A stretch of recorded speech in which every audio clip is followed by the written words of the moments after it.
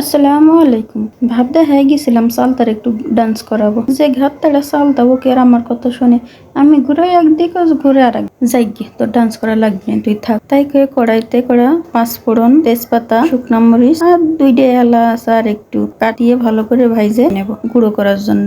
বিশাল সাইজের একটা কড়াই চুলার উপর বসে তার মধ্যে তেল গরম করে দুইটা শুকনো মরিচ ফোড়ন দিয়ে দিছি একটু পাঁচফোড়নটা ভাজা হইলে তার মধ্যে দিয়ে দেবো আগে থেকে নুন হলুদ দিয়ে সিদ্ধ করে একটু শেষে নেওয়া চালতাগুলো দিয়ে ভালো করে নাড়াচাড়া করে তার মধ্যে দিয়ে দিব একটু নুন দিয়ে আবার নাড়াচাড়া করে নেব। আর এখন দিয়ে দেবো বাটি ভরে চিনিটা যখন গলে যাবে তার মধ্যে দিয়ে দেবো ভাজা মশলা, যেটা আমি আগে গুঁড়ো করে রাখছিলাম। আর এখন আর কোনো কাজ নাই, এখন শুধু নাড়াচাড়া করাটাই কাজ। এখন বসে বসে এখন খালি বেকার সময়টাই পার করবেন, ঘরে তার কোনো কাজ নেই। তো নাড়াচাড়া করার পর্যায়ে আমি দিয়ে দেবো এখন একটু ভিনেগার, যাতে আচারটা অনেকদিন পর্যন্ত ভালো থাকে। হাবাইতের মতো তো খালি একবারে সব খাইয়ে তুলি হবে না, যখন মন চায় টুকুস করে বসে যাতে একটু খাওয়া যায়। আর এই পর্যায়ে খালি নাড়তেই থাকবো, নাহলে তো কড়ার নিচে লাগে যাবে। তো আমার আচার কিন্তু একদম রেডি হয়ে গেছে। এই ছিল আমার আচারের ফাইনাল লুক।